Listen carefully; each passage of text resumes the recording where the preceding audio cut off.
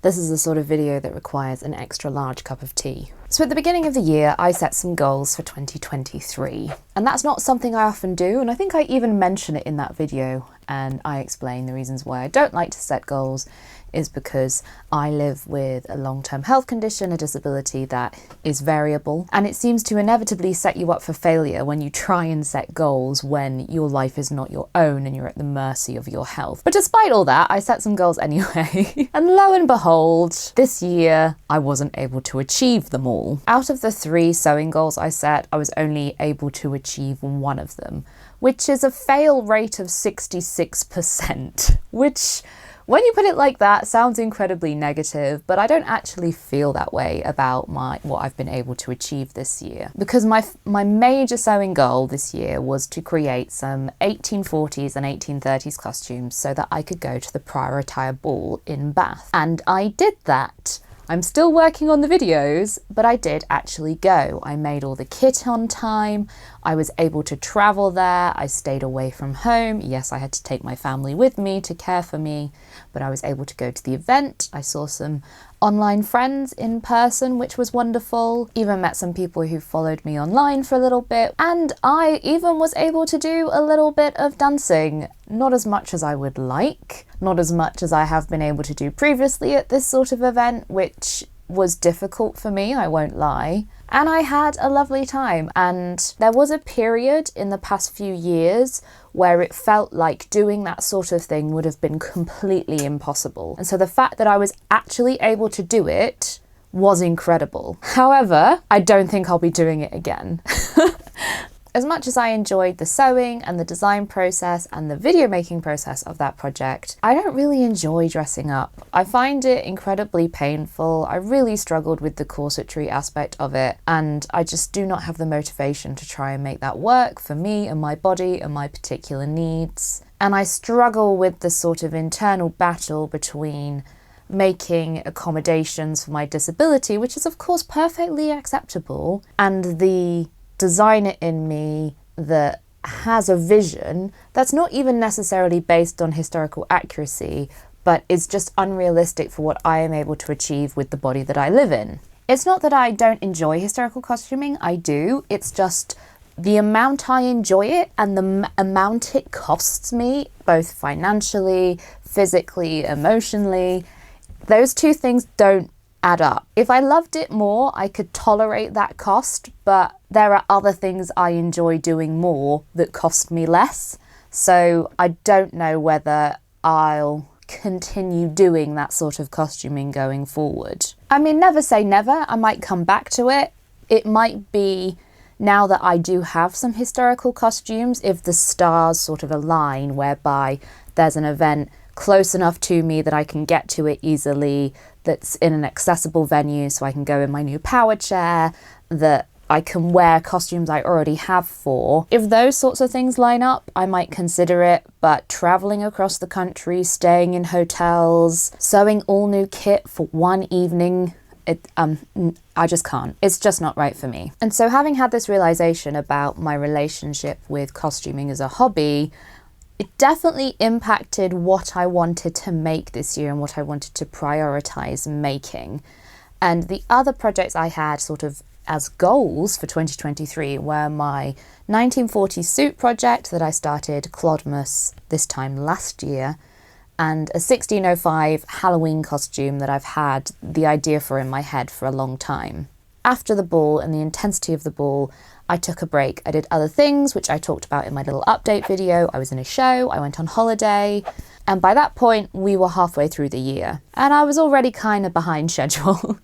But more than that, some other things have been happening this year, and I am about to talk about some things that you might find upsetting. So if you would like to avoid discussions of disability, of chronic illness, and the impact that has on mental health, feel free to skip this next bit. I love you, take care of yourself. I won't be offended. Thank you for your support. There will be a timestamp here.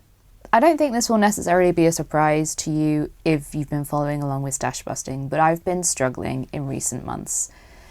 It's largely because around about August, I started suffering terribly with migraines, which is not a symptom I've had before as a part of my ME. After much expense and many investigations and trips to medical professionals, I finally was able to get some answers in that the reason I was getting these migraines that were lasting sometimes 2 weeks was because of a nerve in my neck that is triggered by muscle pain in my neck and shoulder, which is triggered by sewing.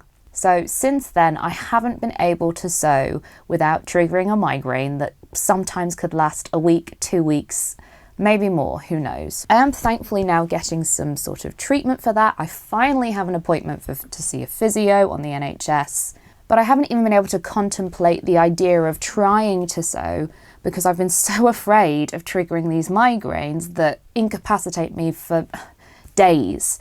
And it's not even that I can't do any of the things I like sewing and knitting. I can't do anything. I can't get out of bed. I can't look at a computer screen. I can't read. Nothing. So I can't read your comments. I can't scroll through Instagram or Pinterest for inspiration.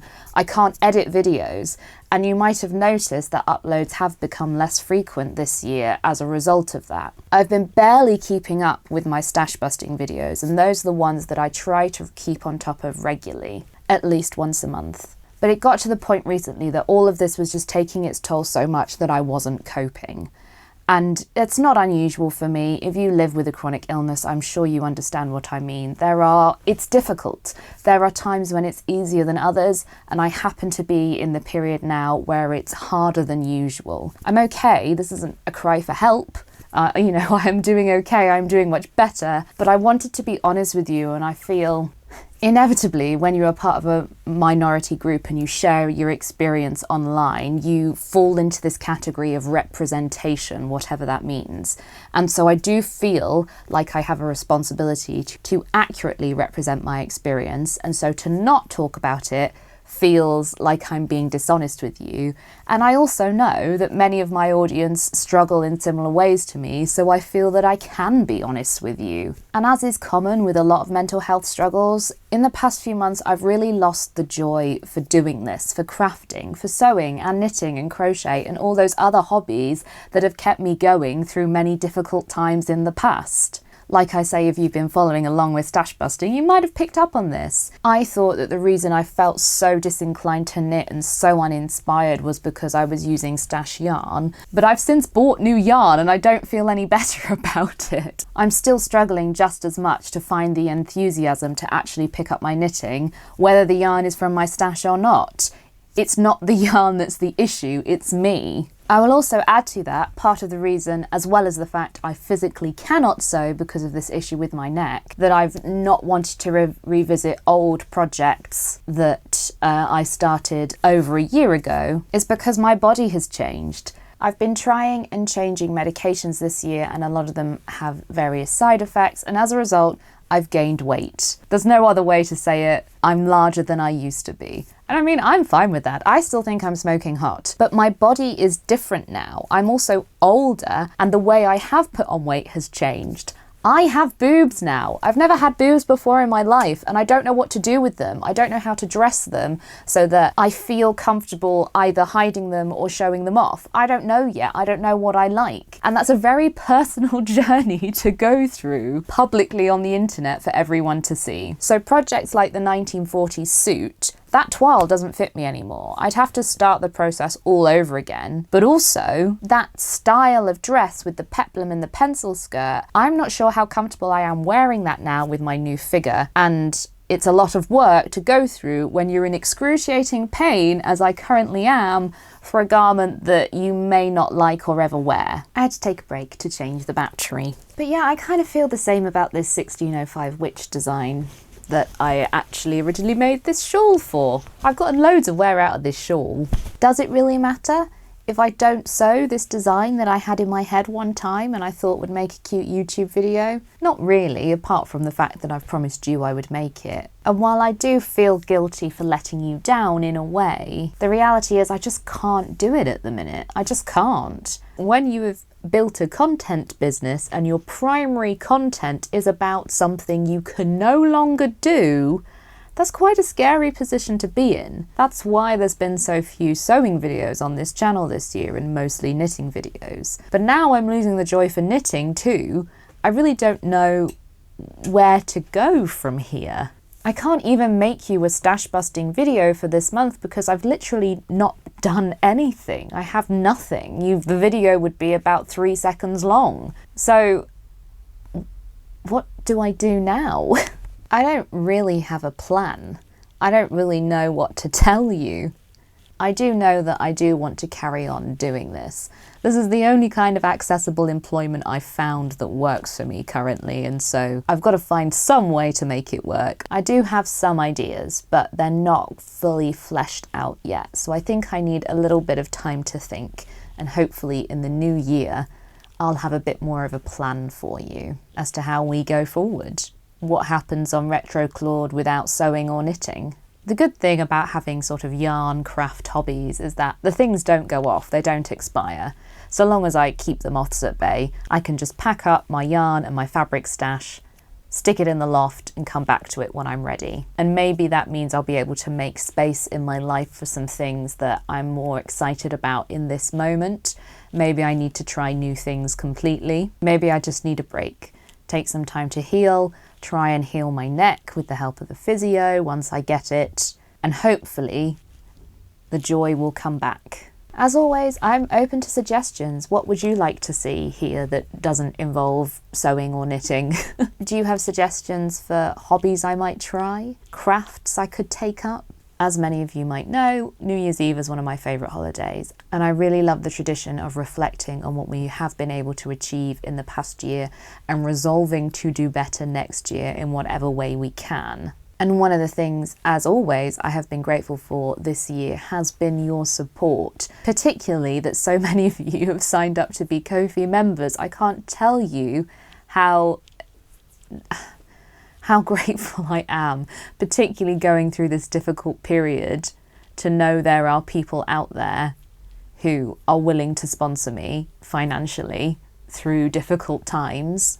I can't think about it too much or I'll get emotional. So thank you. And if you have simply commented or liked or shared anything this year, if you've just been here lurking, because I do that on a lot of YouTube channels as well, I'm like a massive fan, but I've never left a comment. Thank you. Thank you for your support. Thank you for watching. I am determined to keep going. My mum often says to me, it's a good job I'm so stubborn. Otherwise, I don't know how I would have gotten through a lot of the things I've gotten through. And yeah, I'm bloody stubborn. So I won't be defeated by this. I will find a way through. We'll find a way through together. But there isn't currently a scenario that doesn't involve me letting go of some things. For at least the time being. I've got some thinking to do, some reflecting, and some planning as to how we go forward from here. I'm always grateful for your comments, but in this case in particular, I would really appreciate some words of encouragement. I simply couldn't do this without you. I won't be disappearing. I might be keeping a low profile for a little while. I usually end these videos by saying thanks for watching and see you next time. And when I first started YouTube, I liked to include the see you next time because it implied that you'd come back. But I actually think more than that, it's become a promise from me to you that there will be a next time. Even if it's several months before I see you next. It's a promise I make to you to keep doing this, to carry on. And on this video in particular, when it feels the hardest it's felt for a long time to carry on doing this, it feels more important than ever to say it. So thank you very much for watching. See you next time, and there will be a next time. It just might be a little while.